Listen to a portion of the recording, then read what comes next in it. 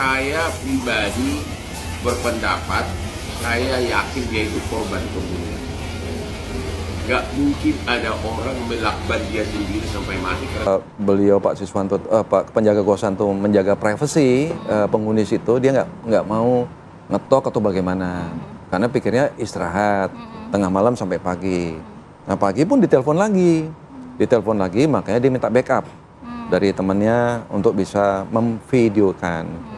Jadi lebih mengerucut. Jadi mungkin kemungkinan adalah korban ini tidak ada orang lain yang ada di situ. Kurang lebih gitu mengerucutnya. Tapi ini hanya baru kira-kira kan, karena CCTV di dalam itu tidak ada. Dan saksi pun tidak ada yang mengatakan. Dan juga jejak-jejak digital, jejak-jejak saintifik yang mestinya diperiksa di sini adalah inavis, itu sidik-sidik jari. Pasti itu sudah rusak karena kan udah berapa hari di situ.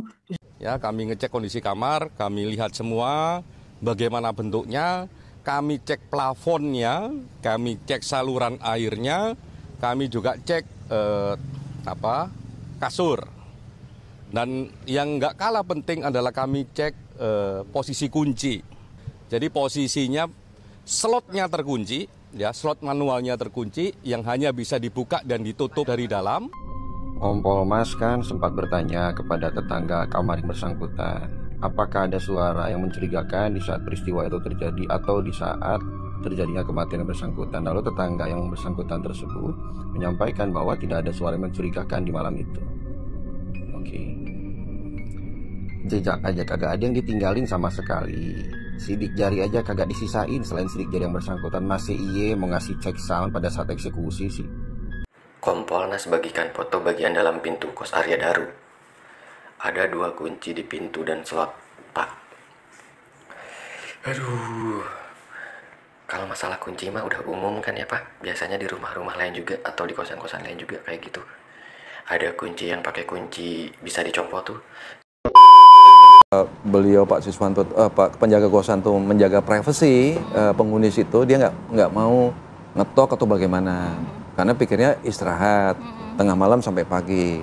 Nah pagi pun ditelepon lagi, makanya dia minta backup dari temannya untuk bisa memvideokan. Dicoba buka pakai dia punya master, nggak kebuka, keganjel yang slot tadi. Nah terus akhirnya dia memberanikan diri pakai obeng dicongkelkan, itu pun divideoin. Dilihat, jadi tidak ada congkelan sebelumnya ya Pak ya? Dilihat di congkel itu kan ada bekas rusak. Nah sebelumnya nggak ada, gitu loh. Nah begitu buka dikit, baru tangannya masuk, dibuka shot kan gitu. Nah begitu buka dia masuk, si yang belakang tetap memvideoin. Kelihatan kan? Almarhum lying on the bed, ya kan? Dengan selimut masih menutupi sebagian besar tubuh, kaki masih agak kelihatan dikit sama tangan. Begini, kemudian Pak, pakaian ada Pak melekat itu, atau cuma hanya selimut saja? Belum tersibat. Itu yang kami lihat. Muka ada lakban kuning. Nah begitu buka dia masuk, si yang belakang tetap memvideoin. Kelihatan kan? Almarhum lying on the bed, ya kan? Dengan selimut masih menutupi sebagian besar tubuh, kaki masih agak kelihatan dikit sama tangan. Begini, kemudian Pak, pakaian ada Pak melekat itu, atau cuma hanya selimut saja? Belum tersibat. Itu yang kami lihat. Muka ada lakban kuning. Nah itu di dalam lakban kuning ada sedikit plastik seperti kayak kita habis fotokopi itu loh, plastik yang buram-buram itu. Ya kan? Nah baru di situ jadi lapis maksudnya Pak. Di dalam lakban ada plastik. Betul. Nah baru yang di dalam lakban ada plastiknya. Baru yang bersangkutan baru ngubungi polisi. Polisi terus datang dan seterusnya. Artinya kemudian tidak ada barang-barang yang hilang, ya kan? Kemudian tapi dari penuturan penjaga kos Pak, adakah ditemukan barang-barang lain selain selimut dan lakban tidak jauh dari tempat tidur atau dari jasad? Ya ini obat-obat ringan kayak yang bersangkutan kan sakit GERD ya katanya ya? Kena GERD sama kolesterol tinggi, obat turun panas. Ya, kami ngecek kondisi kamar, kami lihat semua bagaimana bentuknya, kami cek plafonnya, kami cek saluran airnya, kami juga cek kasur. Dan yang nggak kalah penting adalah kami cek posisi kunci. Jadi posisinya slotnya terkunci, ya slot manualnya terkunci, yang hanya bisa dibuka dan ditutup dari dalam. Terus yang ini kunci biasa yang bisa dibuka dari luar dan dari dalam kamar. Terus posisi plafon baik posisi plafon kamar maupun plafon kamar mandi tidak ada yang rusak sama sekali. Kompolnas bagikan foto bagian dalam pintu kos Arya Daru. Ada 2 kunci di pintu dan slot, Pak. Aduh, kalau masalah kunci mah udah umum kan ya Pak. Biasanya di rumah-rumah lain juga atau di kosan-kosan lain juga kayak gitu. Ada kunci yang pakai kunci bisa dicopot tuh, sama yang kunci slot. Udah umum Pak, udah biasa. Kenapa harus jadi pembahasan yang kayak ginian? Temuan-temuan yang penting aja yang diberitain. Jangan ngebahas kunci ini itulah. Basi Pak. Ya terus kalau misalkan emang ada 2 kunci sama slot, kenapa? Rusak atau kenapa? Jelasin dong. Jangan cuma ngasih keterangan ada 2 kunci di pintu. Ya emang kenapa kalau ada 2 kunci? Aneh banget Pak. Tolonglah Pak, udah kesel banget ini. Monyet. CCTV ini direkam sebelum diplomat Arya baru ditemukan tewas. Tapi coba deh lihat ekspresi penjaga kosnya. Ngerasa gak sih kayak ada yang janggal? Jadi ini rekaman CCTV dari kos tempat Arya baru menginap. Nah di video ini kelihatan seorang penjaga kos yang bolak-balik ngintip ke arah jendela. Cilang-celinguk kayak orang gelisah. Nah ada beberapa hal yang bikin kita mikir nih. Yang pertama, kenapa dia bolak-balik ke jendela padahal belum ada tanda-tanda ribut? Gak ada tanda-tanda ribut gitu, ngapain? Yang kedua, apakah dia dengar sesuatu atau justru sesuatu yang belum kejadian?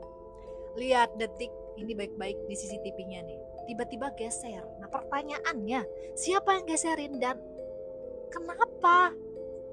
Apakah ini cuma kebetulan? Atau sengaja disetting biar gak ngerekam sesuatu? Normalnya CCTV itu statis. Kalau bisa gerak, biasanya itu jenis yang punya auto track atau dikontrol manual. Nah yang jadi pertanyaan, kenapa pas momen penting kamera malah geser? Apakah ada yang sengaja mengalihkan pandangan kamera? Atau ada seorang yang tahu kamera ini merekam sesuatu yang gak boleh kelihatan? Bahkan angle kamera setelah digeser justru jadi gak strategis. Kayak sengaja bikin titik penting di luar jangkauan rekaman. Gimana menurut kalian? Apakah ini hanya kebetulan sistem CCTV error? Atau justru skenario yang disiapkan biar ada yang lolos dari kamera? Kompolnas kan sempat bertanya kepada tetangga kamar yang bersangkutan, apakah ada suara yang mencurigakan di saat peristiwa itu terjadi atau di saat terjadinya kematian yang bersangkutan. Lalu tetangga yang bersangkutan tersebut menyampaikan bahwa tidak ada suara yang mencurigakan di malam itu. Oke. Jejak aja kagak ada yang ditinggalin sama sekali. Sidik jari aja kagak disisain selain sidik jari yang bersangkutan. Masih iye mau ngasih cek sound pada saat eksekusi sih. Please deh Ya bukannya kenapa-nape. Orang gila macam mana cek sound eksekusi mau diperdengarkan ke tetangga? Emang lu pikir cek sound desahan mainnya lagi ngentot? Ada-ada aja ngumpul mas no.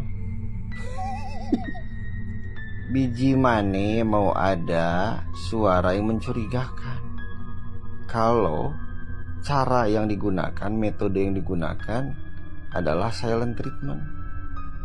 Pintar dikit napi bego kok dipiara sih. Yang ditemukan Kompolnas di kasus kematian diplomat Arya Daru. Komisi Kepolisian Nasional atau Kompolnas ikut menyelidiki kasus tewasnya diplomat Arya Daru Pangayunan di Gondang Dia, Jakarta Pusat. Mereka membeberkan sejumlah temuan baru. Arya sendiri ditemukan meninggal dengan kondisi dari kepala, wajah dilak-lak penuh berwarna kuning. Ia saat terbaring di tempat tidurnya.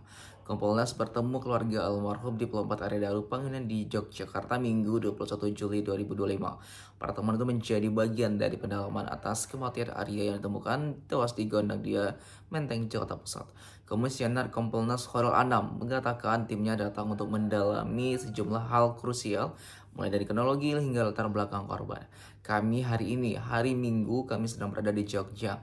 Tim Kompolnas melakukan pendalaman tahap awal pertama atas kematian diplomat yang terjadi di Jakarta, ujar Anam dalam keterangan video diterima Selasa 22 Juli 2025. Kami bertemu dengan keluarga, pertama kali kami ucapkan belasungkawa, yang kedua baru kami melakukan pendalaman berbagai hal, lanjutnya.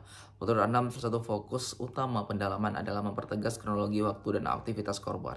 Tujuannya agar kronologi tersebut tidak hanya berupa catatan waktu, tetapi hanya menjadi struktur peristiwa yang lebih utuh dan jelas. Salah satu yang paling penting adalah kita mempertegas waktu, soal kronologi waktunya, dan juga bagaimana interaksi aktivitas dalam constraint waktu tersebut sehingga tidak hanya menjadi kronologi tapi menjadi satu struktur peristiwa, kata Anam. Kompolnas juga mempelajari barang-barang yang berkaitan dengan kejadian kematian Arya. Barang-barang itu akan ditelusuri hubungannya terhadap kematian Arya. Tak hanya itu, Kompolnas juga menggali latar belakang pribadi dan profesional Arya Daru termasuk pola interaksinya dengan lingkungan sekitar. Bagaimana sejarah interaksi almarhum ini secara pribadi dengan berbagai lingkungan yang ada. Banyak. Dari pertemuan tersebut, keluarga Arya juga menyampaikan informasi baru yang sebelumnya muncul dalam diskursus publik. Pertemuan ini akan menjadi fokus lanjutan bagi Kompolnas bersama pihak kepolisian.